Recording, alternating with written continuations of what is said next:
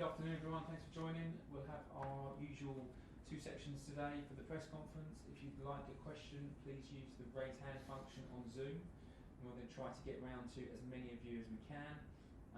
Please, when I come to you, unmute yourself so then you can talk. We're going to start with Sky Sports News and Jessica Carty. Lovely, thanks. Good afternoon, Frank. Good to see you. Hi, Andrew. Hi. First of all, any injuries or illnesses ahead of the game against Fulham? No, we're all good. N'Golo Kanté suspended, but he's back in training with us from tomorrow, so we're all good. Good to hear. Interested to hear about your memories of this Fulham Chelsea victory, because you know, as derbies go, it's not the most ferocious in the Premier League, but still an exciting fixture, isn't it? Yeah, it is an exciting fixture, and I always felt it had an extra edge to it, as I think the squad that I played in did. A different relationship to some derbies. Fulham at that time was sometimes in the Premier League, sometimes not, but whenever they came, they really had a feeling of wanting to beat us and get one up on us. So yeah, without fans, obviously takes a slight edge off these things, but mentally, I think as players and as a club, we should certainly retain that passion of what this game means. Yeah, I'm looking forward to watching. How have the players been? Have you noticed a change in them after that win against Morecambe? Because of course you hadn't won a match for 3 games before that. Yeah, I think they've been focused since Manchester City. I think Morecambe came in the middle of that. It was a game that we were expected to win and had to win on paper, and we did it comfortably. But more my concern has been training and an atmosphere around that, because when you've had a few games where you don't win, it's clear that the players need to stay positive, and that starts from the staff. So I've seen good reactions in those terms. The players have worked hard. We've had 2 pretty long weeks, which is the first time this season we've had a chance to work in training on bigger elements of our game. So that's been one positive out of the last 2 weeks, and now the players need to show that. And finally for me, you Frank, how are you dealing with it all? So many reports, your name's all over the media, but how are you feeling? I'm feeling fine. I was very aware when I came into this job, and I think if you manage a top club in the Premier League or in the world, which Chelsea is, you have to understand that pressure will come very quickly at times, and pressure is actually constantly there anyway. I always felt pressure in our good run, or last season when expectations were lower for us, and we what I felt achieved very well. So it's very normal. I've been here as a player for a long time, so it's part of my job. It actually focuses my concentration completely on how to get us some results, because we know in the last few games it hasn't been good enough, and that's fine for me. Thank you with us, PLP. Thanks. Hi Frank. Hi. You've got a really good record against Fulham, unbeaten in the league since 2006. Does that help mentally in any way, especially after that defeat to Manchester City? No, and I hope that's not pessimistic. It's not. It's just a reality of football. Fulham are playing well. Fulham played very well last night against Tottenham, a game that they probably felt like they maybe could have won, but they played very well in the game, and that's been their recent form. So I think previous history before that goes away. Yeah, I was going to ask you about their form actually, because obviously they had a poor start to the season, but Scott Parker's really made them hard to beat lately, taking points from Liverpool, Leicester, Southampton and Spurs. So how do you make sure that you don't make the same mistakes other teams have perhaps made against them? We just have to concentrate on ourselves being the best. When you say mistakes to other teams, I don't think it's necessarily mistakes. We must credit Scott and his team there, because they have, certainly with a change of system and how they've worked on it. You've seen a clear style of play. You've seen a clear way that they're not giving many chances to teams in games. They're very well organised, and they have threats throughout their team. So I don't think it's about mistakes. They've drawn with Liverpool recently. They've drawn with Tottenham last night. It's going to be a tough game no matter what, but we have to focus on ourselves. Just finally, you said to Jess there that you've been given that little bit more time on the training pitch. What are you hoping to get out of your players on Saturday that this extra time has afforded you?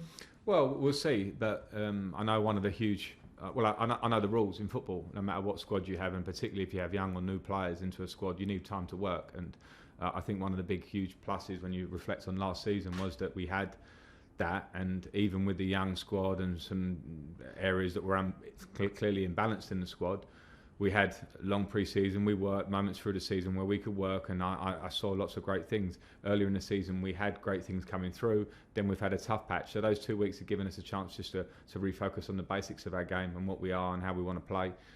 So I just want to see those things come through. Great, good luck on Saturday. Thank you very much. Moose. Hi Frank, how are you? Hi Moose, good, thanks. Good. Can I start by asking you, apparently there's going to be urgent meetings taking place between the Premier League captains and managers at some point today and tomorrow to discuss the COVID protocols and concerns around non-compliance that we all read about, which may trigger or may not trigger the government interference and maybe stopping football. Can I get your word on that and what players and managers need to do now to double down on these protocols? Well, we need to do our best, as we should have done all along. The protocols are in place. They've been hardened recently, and I understand why, because of the surge of COVID in the public, which football remains part of. So I think there are meetings going on. There are areas in our workplace which compliance is, not say easy, but social distance is top of the list. All the basics are top of the list. But when you're actively playing football on the pitch and there's a lot of instinct involved, then it's not always as easy to draw a clear line on pitch and in training. So that's where we are. We'll try and do the best that we are told to keep to minimise the threat or the danger that we know this virus holds. Would you and are you actively telling your players not to go and celebrate after goals, not to high-five players they would know on the other team at the end of games? Yeah, and we've been told that. And you're right, there are meetings that are planned for today and tomorrow to probably reinforce that, I guess, from the Premier League, and not reinforce that to the players. But football has and always will be a game of instinct. And if we want to take the instinct out of the game, I think it's not that simple. So I think the players are good lads. They don't want to do the wrong thing. They're being asked to do their job through this very tough time, and they're doing it. And that's the way it is, and I understand that. But when they're on the pitch and if they score a goal, we'll try and adapt slightly as well as we can. Ideally, in a perfect world, we'll all walk back to the halfway line and just start again. But with football, maybe it won't quite be the case. And I don't think you can hold players hugely to account unless there's clear flouting of those rules. But that's certainly not an easy line to draw in-game in football. And finally, obviously up against Scott Parker, someone you know extremely well. And he's been well talked about as being a coach and a manager since he went to Spurs and took charge of a youth team. Now obviously come for at Fulham. What did you see in him though when you were teammates that made you think, yeah, he's going to be a Premier League manager? Diligent, good football brain, very determined, wants to do well in everything he does, prepares right.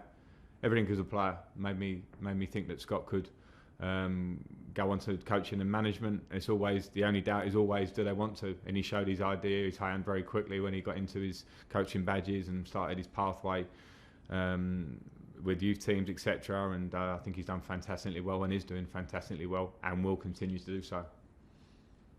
Brilliant. Good luck, Frank. Thank you. John Southall, 5 Live. Hi Frank. Hi John. Just on Scott Parker, can you understand his complaints from midweek, Scott Parker, that the game was rearranged at such short notice, or in the current climate, is that something that could happen to any club and you've just got to take it on the chin and get on with it? Well, yeah, I don't think Scott was saying that in the current climate it can't happen. I just think he was talking about how he was, how they were notified and when they were notified that the game was going ahead, because we do as managers plan, every manager in this league plan for games, squad, games ahead, because when you play every 2 or 3 or 4 days, you have to think about legs, and particularly, I guess, for Scott, if they've come through a time of isolations and positive tests through their squad, I'm sure it's been a tough time for him, so I would understand his frustrations. Do you think as a squad you're in a better place than you were, say, 2 weeks ago? You've had 2 weeks without a midweek game, so you've had a couple of weeks of full-on training, I'd have thought, haven't you? Yeah, we've had good work. We've had good work on the training pitch, so I've just been saying that, so that's been a positive of the 2 weeks. It's our first 2 weeks that we've been able to work through the week at a really physical level, which is important if you want to improve as a team. Just on, I know you've spoken about the new protocols, but I mean, if we're being realistic, how difficult is it to say to a player, if you score a goal, say in the 90th minute, you win a game, you can't celebrate? I mean, it's instinct, it's natural instinct, isn't it? And I suppose you've got to be careful that people aren't going to get booked for celebrating if that happens. Yeah, I mean, I think if people can get booked, which means they could probably get sent off if it was a second yellow card, I think it's going to be very difficult to police with keeping the energy and the excitement that football brings. I think that's pretty clear. The players will try and let's see how it works. The players have been asked now to maybe not show natural instinct in a game. Let's see how it works. ITV News. Yes, hello, it's Juliet Bremner here from ITV News. Can I just ask you, Frank, you said that it's instinct to celebrate after you scored a goal, but many people might think this is arrogant because so many of us are having to do things that we wouldn't normally do. What do you feel about the fact that others feel that football players really should lead the way and show an example? Yeah, I think, just to be clear on that, footballers are doing everything that everyone else is being asked to do as well. Some people are being asked to work from home, footballers aren't. So they're being taken themselves into an environment where they're potentially maybe putting themselves in danger, but maybe the family they go home to, a pregnant wife, a grandparent, a parent, a brother, a sister as well. So I think we have to understand that footballers are human as well, and they're being asked to go and do their job in this moment. So I think that's one thing. And I think if you understand football and understand the passion and the instinct which every fan has, every person in the street has for football, if they love football, they understand that it can bring out emotions in you. So to control the emotions, I think, is a fair ask, but to dictate emotions, I think, will probably be very difficult on pitch. I just said before, I think we should see how this goes, because I think as it goes along, we'll see if players can control it. I hope they can, but this game, this beautiful game that we all love, does bring emotions out on the pitch. But what I want to be really clear about is that players are being asked to come to work and are doing everything they can to toe the line, as is every, hopefully, person in the public to toe the line to get us through this. Last two, Liam and then Nick Pure. Hi, Frank. Hi, Liam. I wanted to ask you about Timo Werner. What have you made of his performances through the middle versus when he's maybe starting from a wider position, and how does that change the way that your team's attack kind of operates? Well, I think with Timo through the middle, it's clearly an area of the pitch that he likes to start from. I think in Leipzig and for Germany, he's played centrally. He's played on the left. He's played as a lone striker. He's played one of two strikers. So I see that there's definitely room for his manoeuvre in terms of how you can use Timo. I think when he plays centrally, we are, and I think do, and I certainly do as a manager, pride ourselves on being a good, hard-working team off the ball, which means sometimes a lot of high pressure. And I think it's very normal that for Timo and others that have come into this team in forward areas for us, will take some time to get used to what my idea is, what their teammates' idea is, because we haven't had working time on the pitch. There's no doubt about that. We've missed. That can only be done at full pace in training to really work on a high press. And that's why these 2 weeks have been useful. So I think his performances have been pretty good. I think they're going to get better. And I think as the more he works with his teammates, gets used to this Premier League, because I think it's going slightly unspoken about the fact that a lot of players that come into this league, at a club like Chelsea where there's a lot of competition for places, other players are given time to come in the team, come out of the team, feel the way. Players that have come into the Liverpool team over recent years been given time in those early stages to feel how the team plays. Clearly with Timo, we didn't have that opportunity because of some injuries in certain positions in our team, because we brought Timo and others to make an impact in our first team straight away. So everybody has to be patient with the idea that we will get the maximum, we will maximise Timo's talents in this team. And that's a two-way street of his work and our work as a group. And it will happen, but of course it can take time. Last question in this section, Nick Pure.